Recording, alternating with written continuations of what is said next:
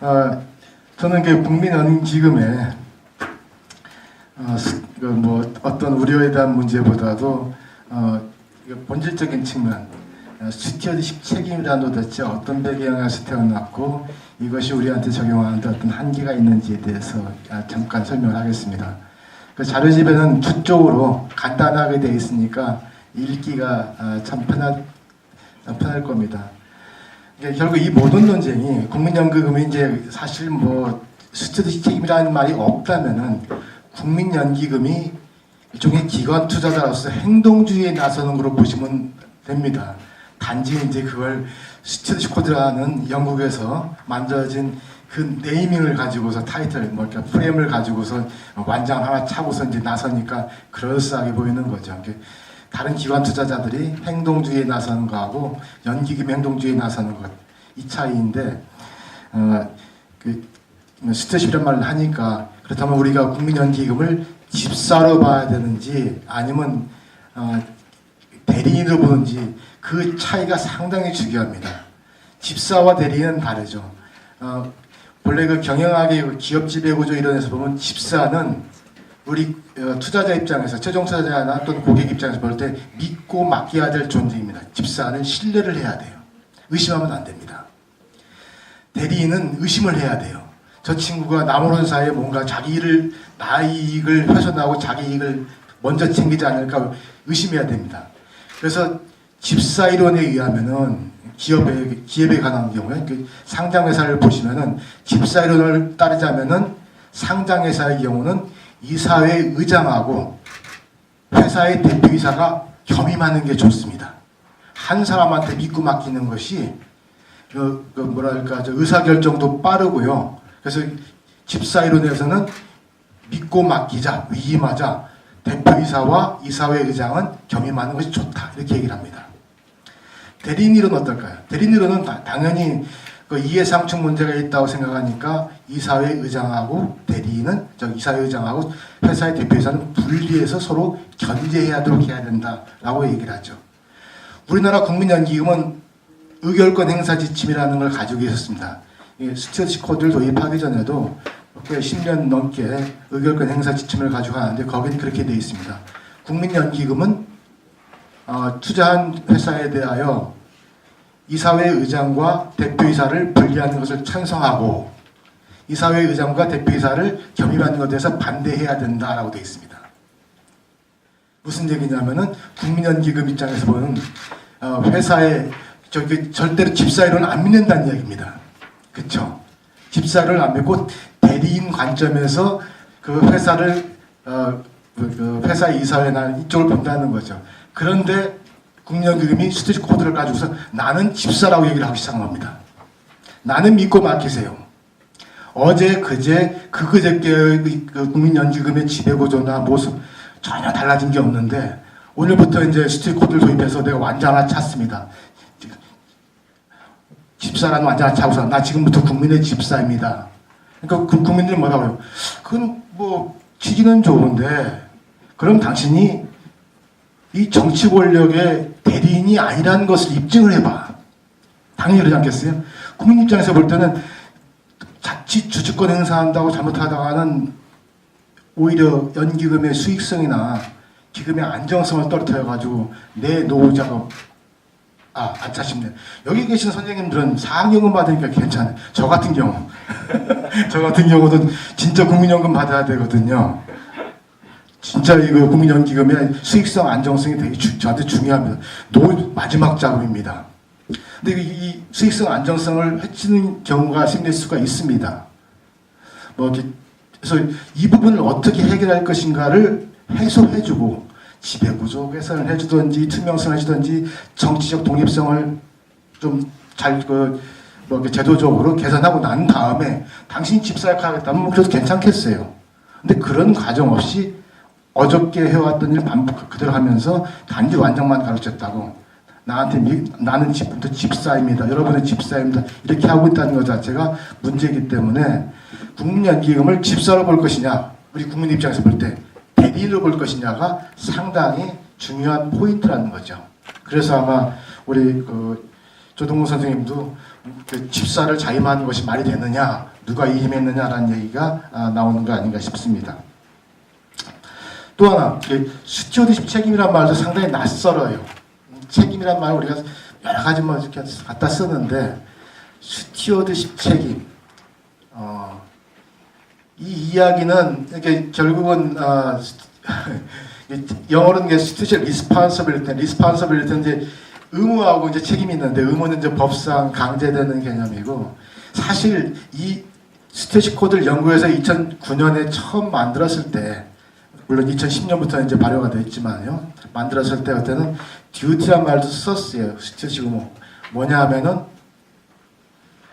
그 기관 주주는 주식을 많이 가지고 있는데, 많이 가지고 있음에도 불구하고 법에서 정한 유한 책임만 지기 때문에 기관 주주도 일정한 그 의무를 다해야 된다라는 의미에서 이제 그 듀티란 걸 쓰다가 그것이 논쟁이 붙으니까 영국에서는 스튜어드십 책임이란 말로 바꿨습니다. 그 말인즉슨 기관 주주들은 주식을 많이 가지고 있기 때문에 단지 소극적으로 의결권 행사해서 하거나 아니면 단기적으로 자기 이익 추구를 위해서 그 회사 가치를 훼손하거나 이런 일은 없어야 된다는 뜻으로 얘기합니다. 그래서 이게 중요합니다. 스튜어드십 책임의 가장 첫 번째 요구하는 덕목은 투자한 회사의 중장기 가치 제고를 지향한다예요. 다시 한번 말씀드릴까요? 투자한 회사를 이용해서 피를 빨아먹을 빨대 꽂혀서 먹으라는 게 아니라 그 회사의 중장기 가치를 발전시키고 그에 따라서 또는 그럼으로써 그 기관 주주의 가치도 높고 이익도 늘어나는 게 계속해서 늘어나면서 궁극적으로는 고객의 장기적 이익에 기여한다라고 되어 있습니다. 중장기 투자입니다. 이 점에서 이제 논쟁이 붙죠. 그러면 기관 투자자들이 중장기 투자를 하고 있습니까? 할 인센티브가 있습니까? 뭐 그런 회사들도 있어요. 그러니까 그런 기관 주주들도 있습니다. 그러니까 물론 인덱스 펀드라든지 하는 경우 있는데, 아까 우리 그 조동건 선생님이 미국의 사례를 보여드렸습니다만 1980년대 평균 5년을 가지고 있는 한 주식을 평균 5년 동안 보였는데, 이제는 이제 반년도 안 가지고 있다. 반년도 주식을 소유 안 하는 기관 주주들이 매번 주총에 나와가지고 뭐라고 하겠어요? 배당 높여달라고 그러죠. 회사가 적자가 나면은 자산 팔아서 그 남은 돈으로 배당하달라고 하겠죠. 회사에서 R&D에 투자해가지고 뭔가 좀 신산업 또는 새로운 유망 업종에 들어가려고 하면은 그 짓 하지 말고 그 돈 있으면 우리 지금 나눠주고 주주가치 증진하라고 하겠죠. 바로 이런 것들 때문에 문제가 심각해졌습니다. 요즘 주주 행동주의가 반드시 회사의 중장기 가치를 높였는가, 뭐 그런 경우도 있고 안 그런 것도 있지만 통계적으로는 아직은 알 수 없어요. 근데 많은 여론 중에 하나가, 통설 중에 하나가 기관 투자가들의 단기 투자 패턴이 결국 회사들의 근시안적 경영을 유발을 했고, 단기 자본주의 문제를 유발했고, 멀리 보는 투자, 멀리 보는 경영보다는 당장 주총을 앞두고서 주주들한테 어떻게 밉보이지 않고 쫓겨나지 않을까 전전긍긍하면서 단기 주가 부양이나 또는 배당을 높이는 쪽에 거의 신경을 쓰는 바람에 장기 성장 여력, 체력이 저하됐다는 거예요. 그래서 저성장에 빠지고 일자리 창출력이 떨어졌다는 겁니다. 이 문제를 극복하기 위해서 영국에서 나온 이야기가 스튜어드십 책입니다. 투자한 회사의 중장기 가치를 지향하라. 한번 혹시 시간 나시면 영국의 스튜어드십 코드 첫 번째 페이지를 첫 문장만 보세요. 거기는 그렇게 나와 있습니다. 투자 대상 회사의 중장기 가치를 지향함으로써, 그럼으로써 우리 기관 투자자의 고객의 이익 증진하고 경제 전반의 활력을 높인다, 이렇게 되어 있습니다. 이 부분을 자꾸 잊어버려요. 백인중은 자꾸 잊어버려요. 물론 우리나라 스튜어드십 책임 한국형 스튜어드십 코드에도 그 문장은 들어와 있는데 거의 뭐 신경을 안 쓰는 것 같아요. 예를 들면 국민연기금이 스튜어드십 코드를 채택하면서 제일 먼저 한 게 뭐예요? 우리는 고배당 정책을 쓰겠다. 물론 우리나라 회사들이 배당 성향이 낮은 건 좀 있어요. 그쪽도 철 좀 들어야 되는데 그러나 이 기관 주주가 아니라 연기금이 거의 주시장 7%를 차지하는 연기금이 앞장서서 단기 배당 중시 정책을 쓴다는 것은 스튜어드십 책임의 본질, 시작의 배경을 무시한 겁니다. 연기금도 마찬가지죠. 우리 연기금 이사장이나 활동하는 투자 자산 운용사 입장에서는 자기가 재임하고 있을 때 수익을 높여야 됩니다. 신문 보면 연기금도 매년 뭐 수익률이 마이너스라는 등 뭐라는 등 계속 평가가 나오잖아요. 그래서 연기금 자체도 이 단기 수익 극대화 전략을 씁니다. 그렇죠.